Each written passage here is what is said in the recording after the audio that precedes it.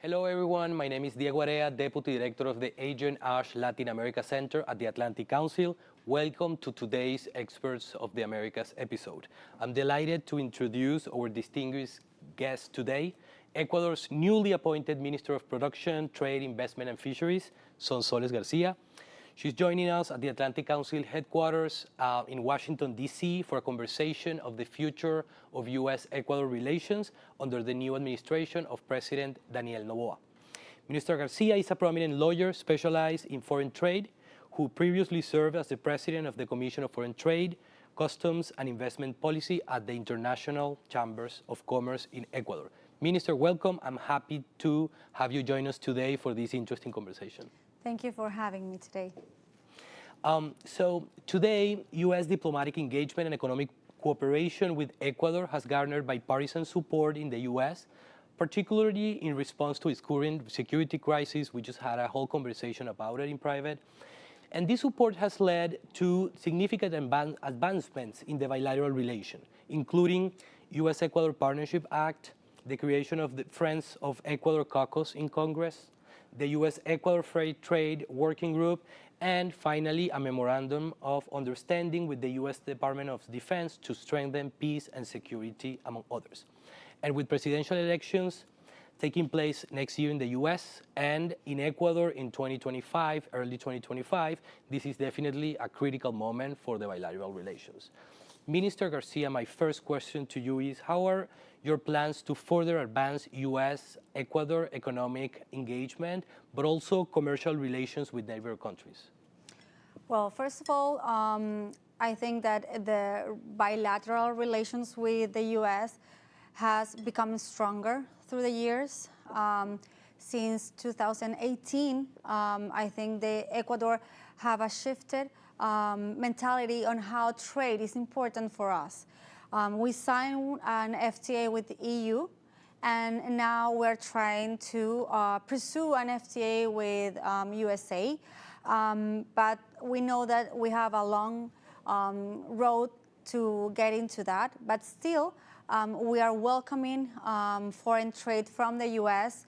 I'm here in a sign as trying to give a lot of trust and confidence to US investors in Ecuador and new companies that want to invest in Ecuador, security that Ecuador will comply with their word and obligations, and we are here to attract new companies to invest into Ecuador. Thank you very much for your answer, and this is the perfect segue for my next question. It's about the IDEA Act.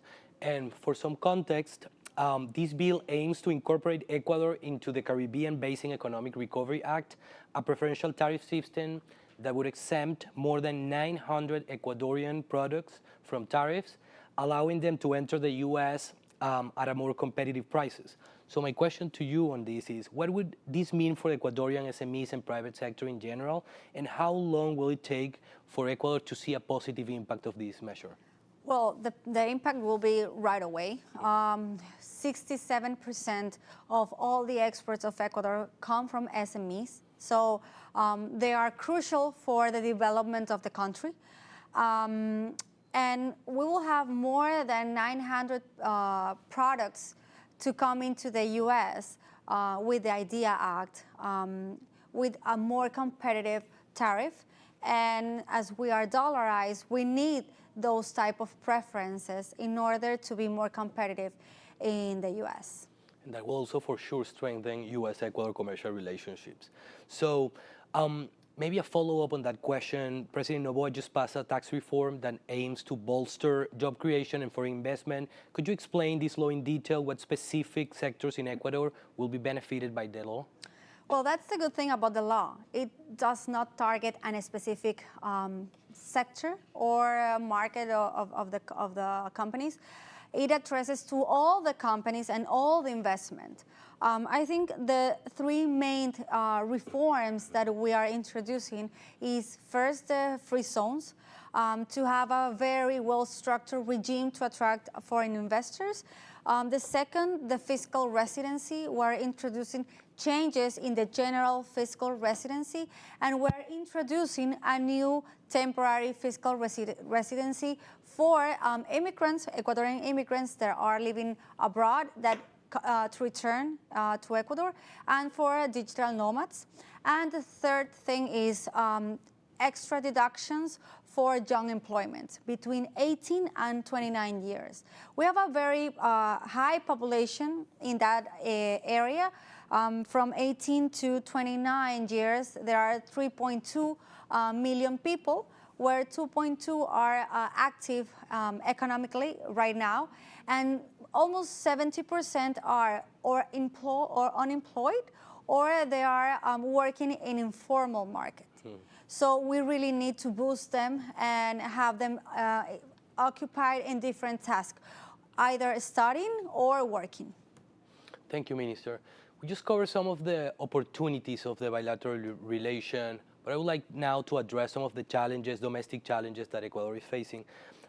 As you know, when it comes to financing, according to the latest figures, the country will close 2023 with a fiscal deficit of $5,000 million, leaving little room of maneuver to push for reforms and to allocate resources in many of the government's promises in the campaign. So how is your government planning to decrease costs to achieve greater liquidity? Well, I'm not the Minister of Economy, but still I know that the immediate plans of the government is to have a tax amnesty, which could help companies that are in judicial procedures with Ecuador to pay the capital of what they owe and not pay interest and fines and everything else. I think that could let us collect almost $600 million. And we are very confident that the tax reform, which is more a reform to create a proper investment climate for attracting forest investment, we think that in the middle term could give us good hope of increasing our tax collection. Thank you, Minister. I'll give you a last question for today's Experts of the Americas. Let's talk about the environment. Ecuador secured what is claimed to be the largest debut for nature swap in history. Environmental financing is becoming more and more common. Is this a viable avenue for your government to continue to explore obtaining more financing? I think so. In the past reform referendum that we just got in August, the people decided that the Yasuni wasn't going to be exploded. So that gave us a lead in how Ecuadorians think of preservation and how the environment is very important for our way of living. So I think that it would be a good tool for the government regarding debt swap or anything regarding to that. Thank you very much, Minister, for your time and for sharing the stage with me today. I hope this is the first of many conversations. And to our audience, thank you for joining us today. Stay tuned for upcoming conversations with leaders from the hemisphere to tackle some of the most pressing issues of the region. Thank you.